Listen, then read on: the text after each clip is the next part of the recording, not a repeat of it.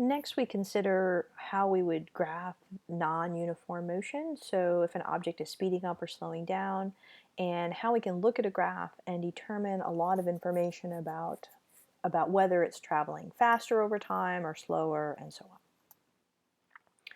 So one of the things that we know is that an object is going to cover more distance every second if it's speeding up, and that the position versus time graph is going to have some curve associated with it. So let's go ahead and play this video. So this represents an object that is speeding up, right? So it's covering more distance every second that goes by. The dots are representing equal time intervals. And it is definitely traveling and covering more distance every second. And so what we have is a position versus time graph for that motion, and we know that the position versus time graph is such that it has a curve associated with it because the distance covered every second is increasing, and if we could draw the steps on this graph, the slope is getting steeper and steeper over time. The velocity, on the other hand, is increasing at a steady rate, and this is a particular example. So one thing we haven't seen before is we also have a velocity versus time graph over here. So the graph on the left is the position versus time graph, and it's telling us that the position is increasing every second that goes by, or the distance covered is increasing every second that goes by.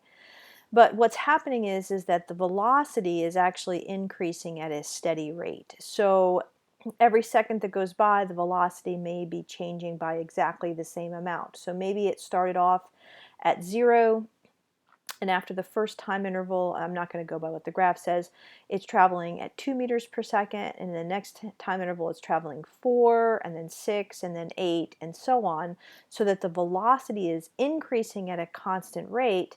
And because the velocity is increasing, it's covering more distance every second. So anyway, the main thing here is to see that, that if you have something that's speeding up, object covers more distance every second, and that my graph is going to have some type of curve associated with it, and that the slope of that graph of position versus time is telling us something about the velocity. This is getting steeper and steeper and steeper, and the velocity value for the velocity here is getting bigger and bigger and bigger over time. So where the slope is steeper, the velocity is a bigger value. What would the graph look like if the object is slowing down? So here is a representation that we haven't necessarily seen before, where an object is still traveling to the right, so it's moving in the positive direction, but it's slowing down. So during the first 1 second interval, the object covers 9 meters, and then from 1 second to 2 seconds, it only covers 7 meters, and then from 2 to 3, it only covers 5 meters, and then 3, and then 1. So this object is covering less distance every second, and it's slowing down. And so my graph for this is going to look, it's still going to have a curve associated with it. So for my position versus time, anytime there's a curve associated with that position versus time graph, that means that the object is either speeding up or slowing down. So in this particular case, if I look at the rise over the run, so for each of these I have the same run of 1 second intervals, so the blue lines are always the same. But if I look at the rises over time are decreasing, right? The steps are getting less steep, and so the slope is actually decreasing over time. And so remember that the velocity of the object is going to be represented by the slope of the position versus time graph, and because the slope of this graph is getting less steep, that means that the velocity is becoming less. It's getting smaller. We could also watch a video of this animation, same thing, representing the object every second that goes by. It's obviously covering less distance, it's slowing down, it's still traveling in the positive direction, it's moving to the right. And so the velocity values, these vectors that represent the direction of the velocity, are always in the positive direction, but they are getting smaller and smaller over time, and it's covering less distance. Here's my curve for my position versus time, right? It's getting less steep. It's flattening out over time. And what's happening to my velocity, it started off, it was traveling very fast, and it's getting slower and slower and slower. So the y-axis here is my velocity. Over here at a later time interval, it's traveling at 2 meters per second, and it started off at like 12 meters per second or something like that in this particular representation. So there's always this relationship between the position versus time graph and what the velocity is. And by looking at the slope of the graph of position, it'll tell us what's happening to the velocity, and more specifically what the velocity is at that particular instant in time.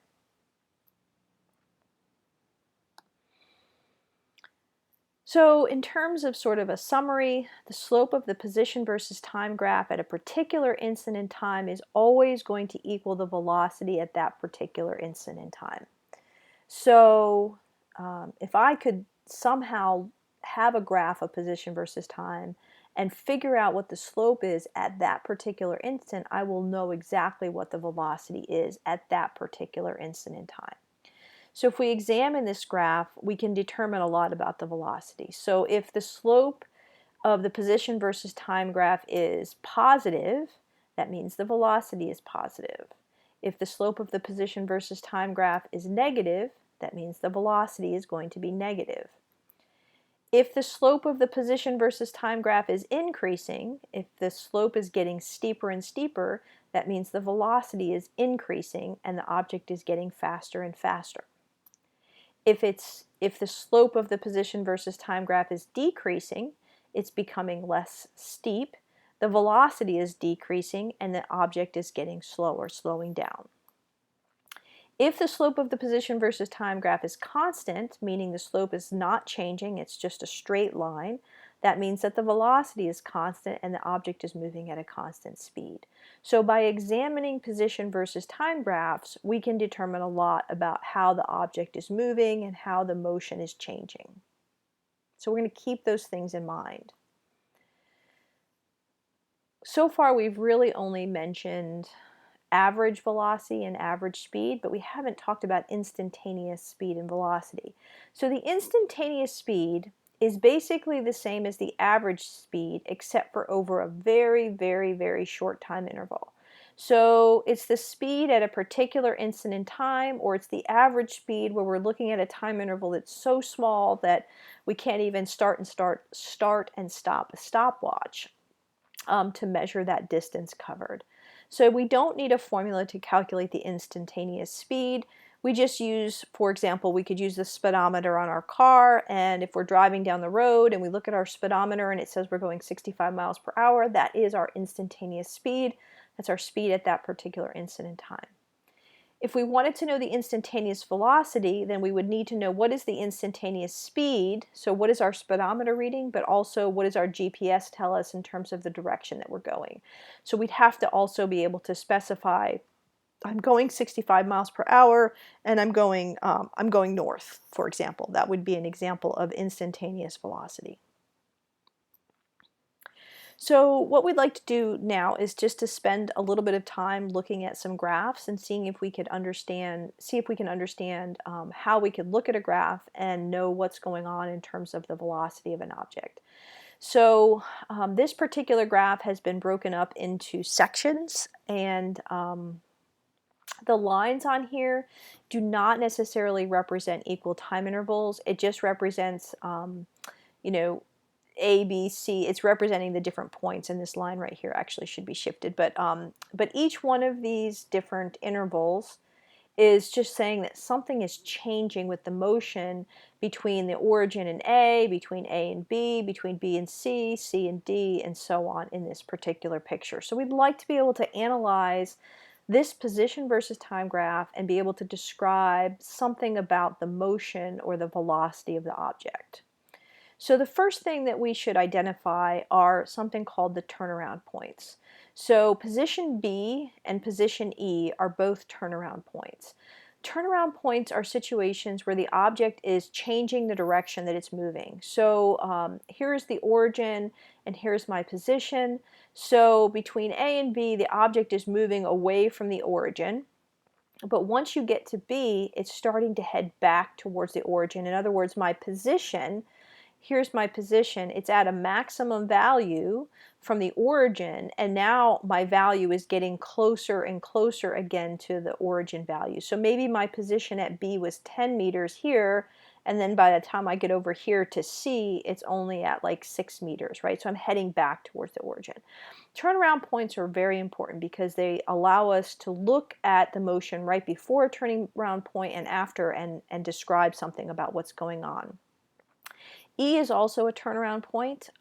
Here we're heading in the negative direction, and then all of a sudden we're heading back towards the origin again. So anytime there's a bump in the graph, so there's a, like the top of a hill here and the bottom of a hill here, kind of think about it that way a little bit, that means that that's a turnaround point. So at turnaround points, objects are always changing direction. So they're going one direction, and then a little while later they're going another direction. So in order to change direction, an object has to slow down right before a turnaround point, and then it has to speed up immediately after the turnaround point. So exactly at the turnaround points, the velocity at that instant in time is 0, right? Because essentially you're going in one direction, and then all of a sudden, a little while later, you're going in the other.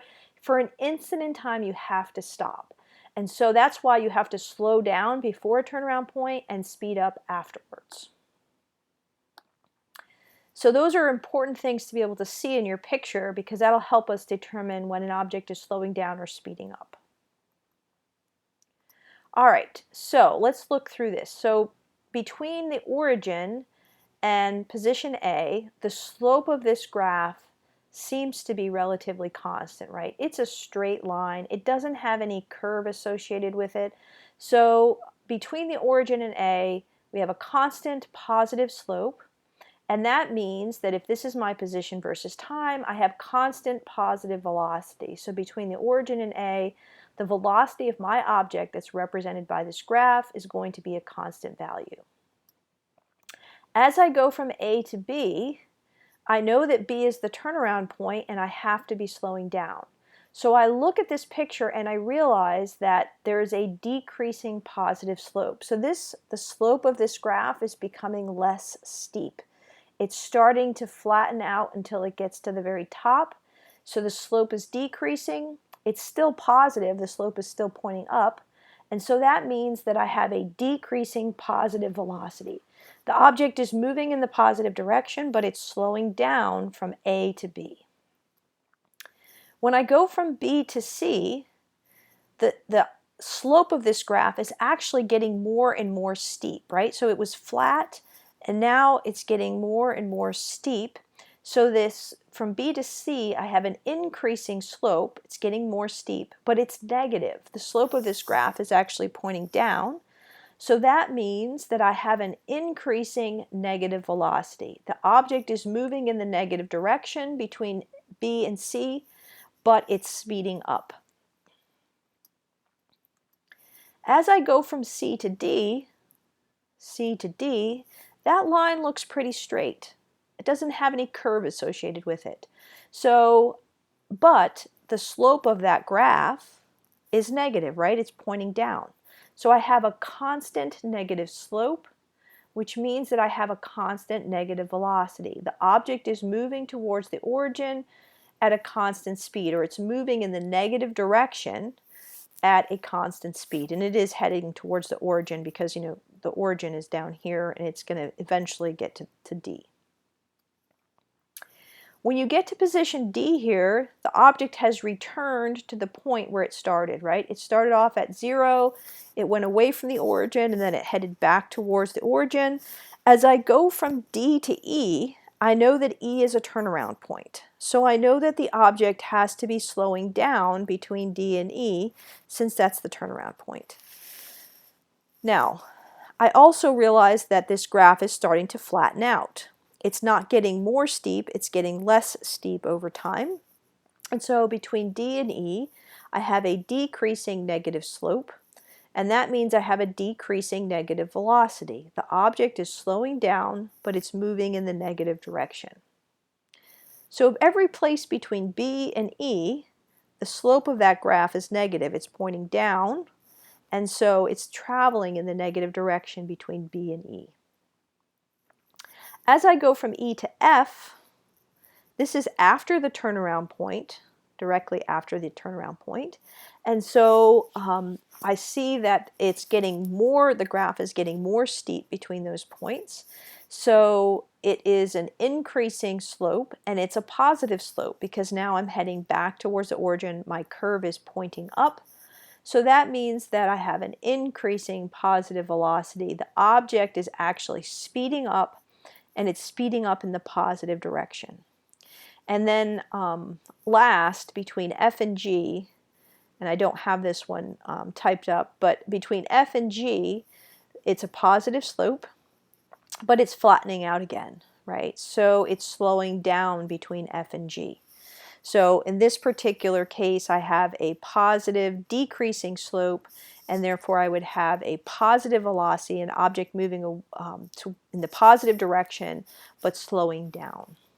So we can look at a position versus time graph, and we can see a lot about what's going on with the object, specifically by looking at what's happening to the slope of the graph. So here we have another question. We want to determine approximately what time interval is the object speeding up, is it slowing down, is it moving at a constant speed? And I have a position versus time graph over here. So obviously there's some curve associated with it, and then it seems to be pretty flat, and then there's some additional curve associated with it.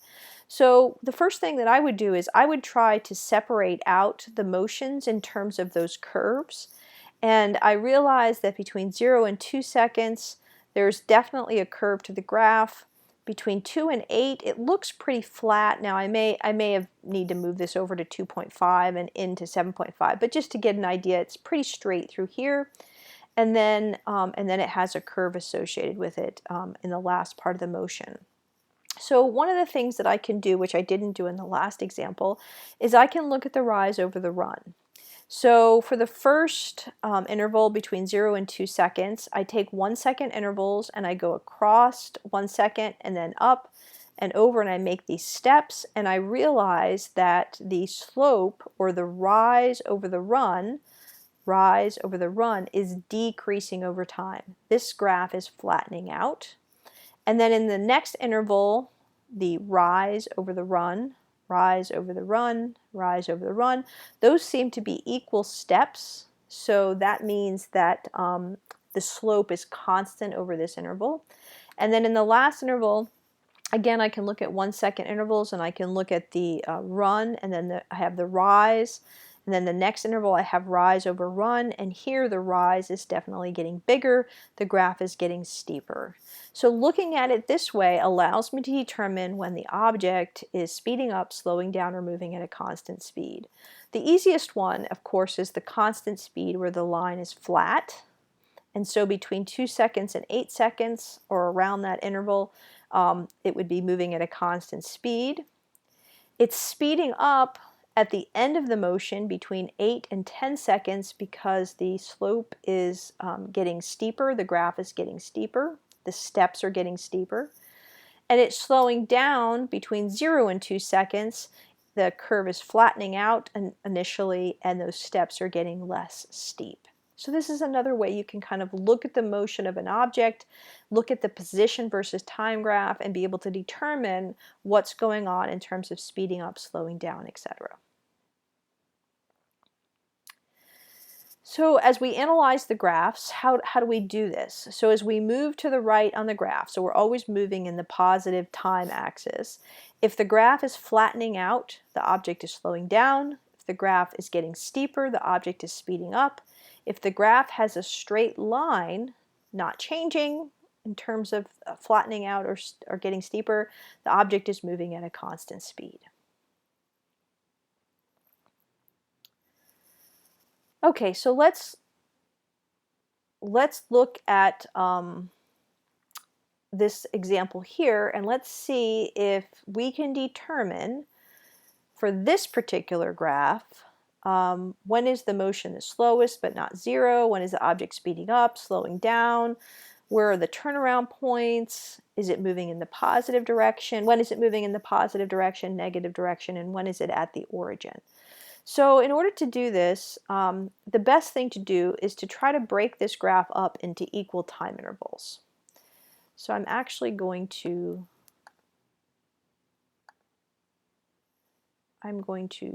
go to the next slide. There we go. So what we could do is we could break this graph up into equal time intervals. So I've drawn lines over there, and it doesn't matter what the time interval is. I can make them smaller, I can make them larger. But once I do this, it's easier to sort of see what's going on in terms of doing the rise over the run. So what I can do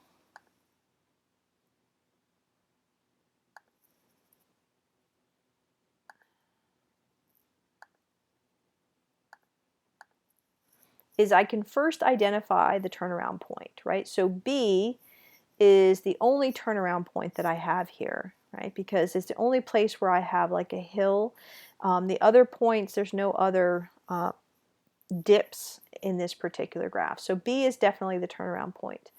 Once I've identified that, I know that right before the turnaround point, the object has to be slowing down, and after the turnaround point, it has to be speeding up. So certainly that's going to help provide some information.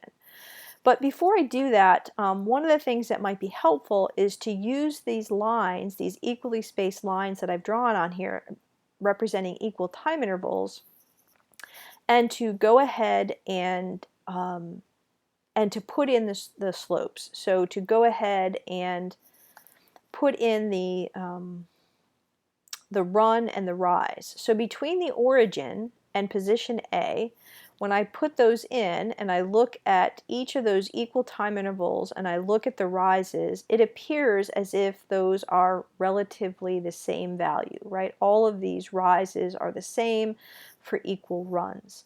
So between the origin and A, the object would be moving at a constant speed. So that's not one of the questions on here, but we're going to go ahead and answer that question. So between 0 and A, the object would be moving at a constant speed. I could go ahead and I could put those values in for the run and the rises as I go to B, and I realize that this graph is becoming less steep over time, right? And so those steps are getting shorter, so the object is slowing down between A and B, which is what we would expect because B is the turnaround point. As I go from B to C, again, equal time intervals, I realize that my steps are getting more steep. So that means that the object is speeding up between B and C, but not only is it speeding up, it's moving in the negative direction because those steps are going down, right? And my graph is pointing down. As I go from C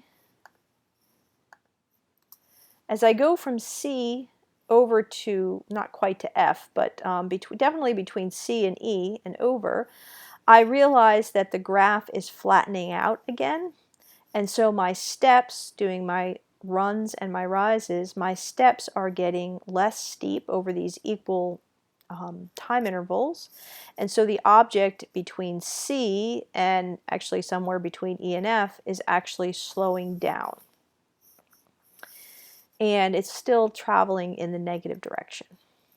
And then finally, as I go somewhere between E and F over to G, and I make my steps again, right? The steps are getting more steep. This curve is becoming more steep over time, and so the object is speeding up. So let's go back through and see if we can now answer the question.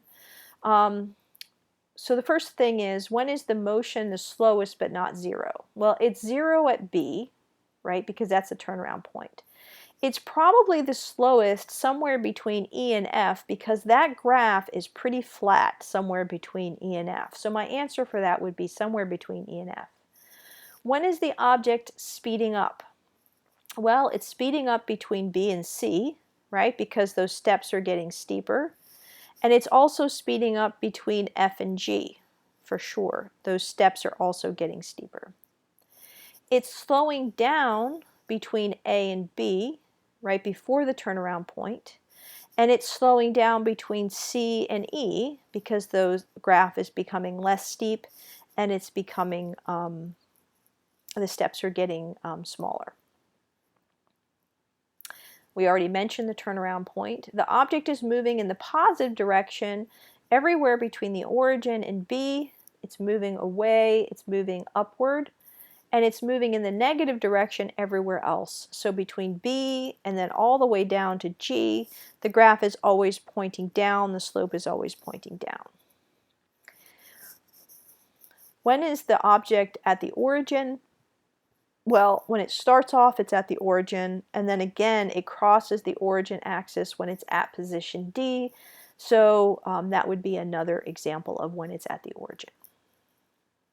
So this is another way that we can analyze the graph. I want to point out that another method to do this, and let me go back to the previous slide, is to just look at the slopes of the graph. So you can actually draw lines that are tangent to the graph. So like between the origin and A, that the line is very straight.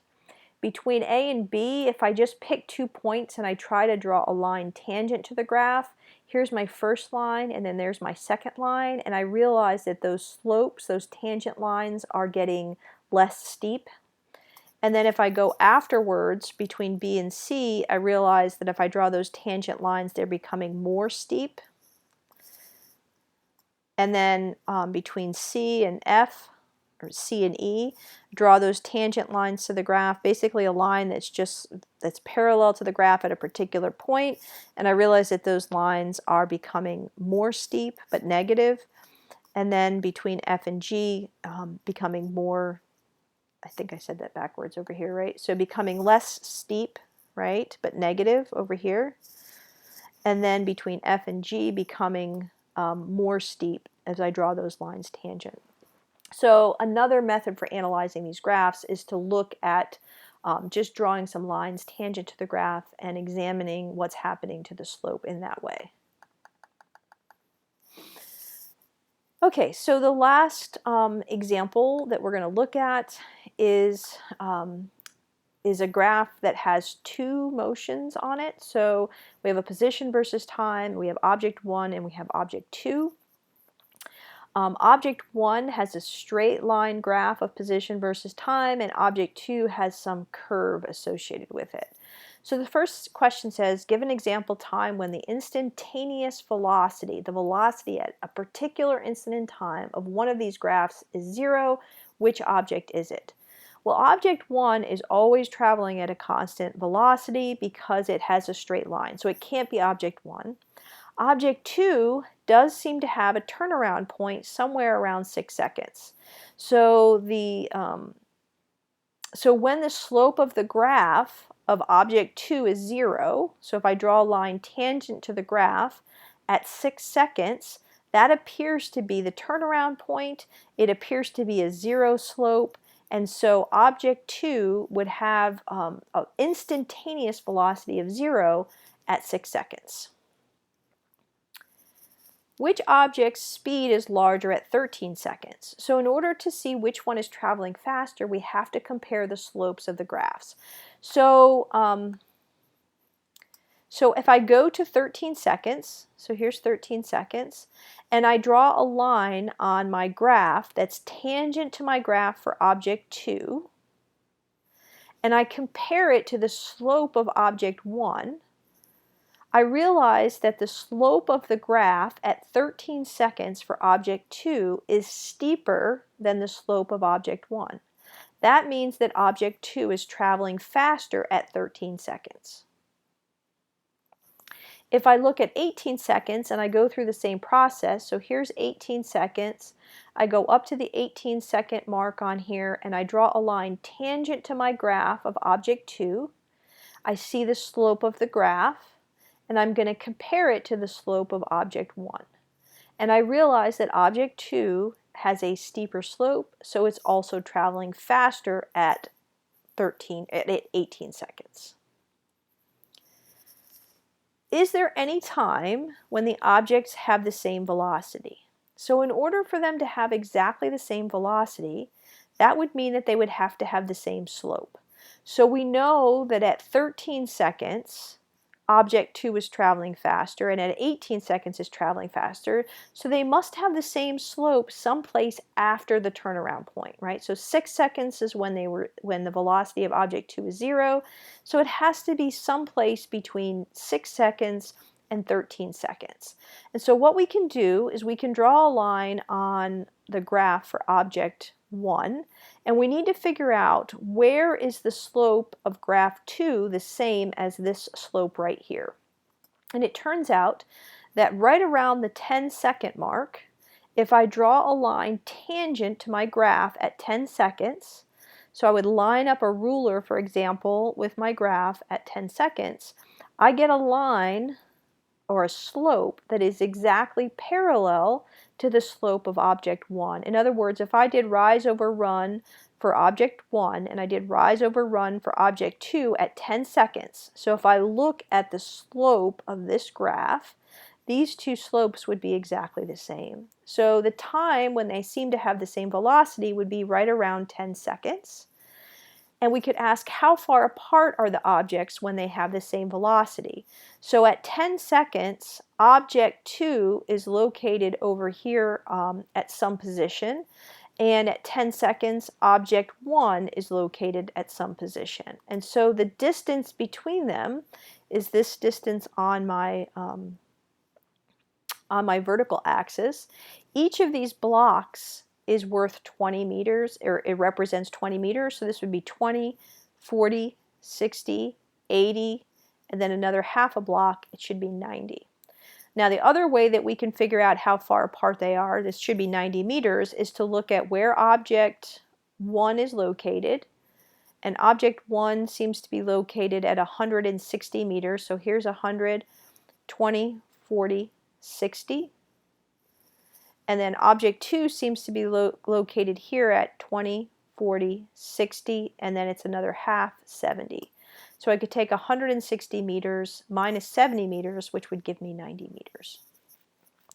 People will often make a mistake with this particular example because they will, they're asked when do the objects have the same velocity, they'll pick the points where the graphs intersect. And that's not when they have the same velocity, that's actually when they have the same position, because this is a position versus time graph. So they're at the same position right here, somewhere like about 3.5 seconds, and they're at the same position over here, someplace between like probably 15.5 seconds. So we now sort of have some idea of how we can look at the position versus time graph for an object's motion and understand a little bit about how fast the object is moving, or is it increasing its velocity, is it decreasing its velocity, and so on. So it turns out that when a velocity of an object is changing, that we measure how the motion changes by measuring the acceleration. So acceleration, the motion can change if the speed is changing or if the direction is changing. So acceleration is going to be a measure of how that motion changes. If it changes by a large amount, if the velocity changes very quickly, that means you have a large acceleration. And if the velocity changes more slowly, you would have a small acceleration. So an example of this that I usually give is that, you know, you're in your car and you step on the gas and you change your velocity very quickly. That's a large acceleration. Acceleration is a vector quantity, so just like velocity, it's a vector. It has both size and direction. So in one-dimensional motion, the acceleration is going to be positive or negative. And it turns out, and we're going to see this later, that if the acceleration is in the same direction as the velocity, if the vector for the acceleration has the same sign as the velocity, meaning they're both pointing in the same direction, that means that the object is speeding up. And if the acceleration has the opposite sign of the velocity, so the acceleration is pointing one direction, the velocity is in the other, that means it's slowing down. But we'll explore this a little bit more after we define more fully what acceleration is.